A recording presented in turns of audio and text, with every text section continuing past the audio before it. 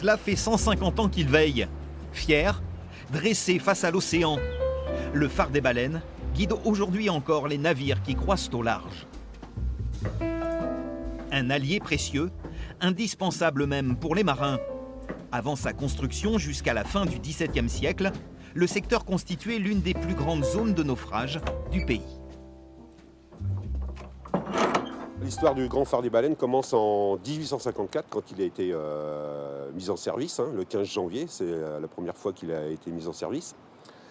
Et il fait partie du programme de 1825. C'est l'État qui a décidé à partir de cette époque-là d'éclairer les côtes de France et de construire des grands phares tous les 50 km pour que les marins qui viennent des Amériques puissent observer au moins 2 feux. Donc ce phare des baleines fait partie de ce grand programme de 1825. Un grand programme et un nom hors du temps qui claque aujourd'hui encore comme le titre d'un roman de Stevenson, Le phare des baleines. On ne connaît pas exactement l'origine du nom, mais ce qu'on sait, c'est que c'est un navigateur cartographe italien, Pizzigani, qui mentionne pour la première fois en 1370 la pointe des baleines. Aujourd'hui, le site accueille plusieurs dizaines de milliers de visiteurs chaque année. Plus qu'une visite, c'est presque un pèlerinage pour les touristes. Merci. Et les nostalgiques d'un autre temps. Marc, vous les avez montées souvent ces marches?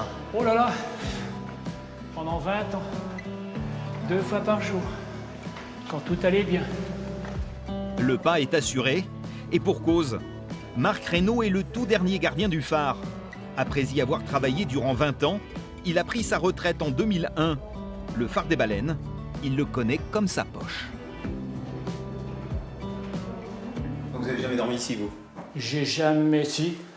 Ouais, uniquement c'est quand c'était en panne et que j'avais pas envie de redescendre, de remonter. Donc je couchais là et puis quand on entendait que ça sonnait, hop, on retournait voir. Voilà. Sinon, j'ai pas vraiment dormi là, quoi. Dormir au phare des baleines. Pourquoi faire? S'il existe bien un endroit au monde où il convient de garder les yeux grands ouverts, c'est bien là. Le point de vue est exceptionnel et le public tombe sous le charme, à chaque fois. C'est fantastique, ouais. On voit tout, on voit bien l'île, l'intérieur, la mer. C'est très joli. En plus, il fait beau, alors on a de la chance. Pour vous, c'est incontournable de venir au phare des baleines? Ouais. Pourquoi? Parce que c'est le bout de l'île. C'est le bout de l'île et puis voilà, c'est vraiment ce point de vue qui est magnifique qu'on n'a nulle part d'autre sur l'île. Et ce n'est pas Marc Reynaud qui vous dira le contraire. C'était le paradis ici. C'est le mot que vous avez employé, c'est pas moi qui l'ai dit, c'est vous, c'est vrai. C'est vrai, non mais c'est vrai, quoi. Non. Je pense que tous les gardiens qui sont passés là, ils ont été contents de passer là. Mais c'est en fin de compte ce qu'on donne à tous ces gardiens de phare qui ont fait 15, 19, 20 ans de phare en mer, c'était obtenir un phare à terre. Non, j'ai pas eu à me plaindre, moi, j'ai pas eu à me plaindre. Nous pénétrons à présent dans le Saint des Saints. Le lieu est strictement interdit au public.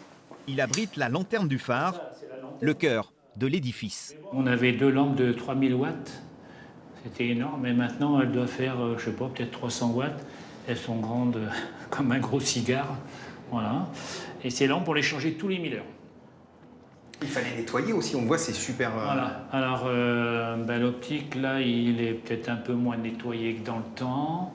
Voilà, et nous on le nettoyait tous les mois, il y avait 2 jours de nettoyage. Même s'il n'est plus aussi bien briqué qu'à la grande époque, le phare des baleines brille toujours de 1000 feux pour guider les navires au large et les touristes vers l'île de Ré. C'est un des sites les plus visités de Charente-Maritime. C'est 1 million de personnes qui viennent nous voir. C'est 150 000 à 170 000 personnes qui montent et qui rentrent dans le phare. Mais c'est surtout un petit peu l'une des grandes destinations de visite quand on est sur l'île de Ré. Voilà. Il n'y a pas quelqu'un qui viendrait une semaine sans aller voir le phare de Saint-Clément. Et évidemment, c'est une attraction touristique forte. Alors si vous aussi vous voulez vibrer au rythme du vent et des embruns, laissez-vous guider jusqu'au bout de l'île de Ré par le phare des baleines.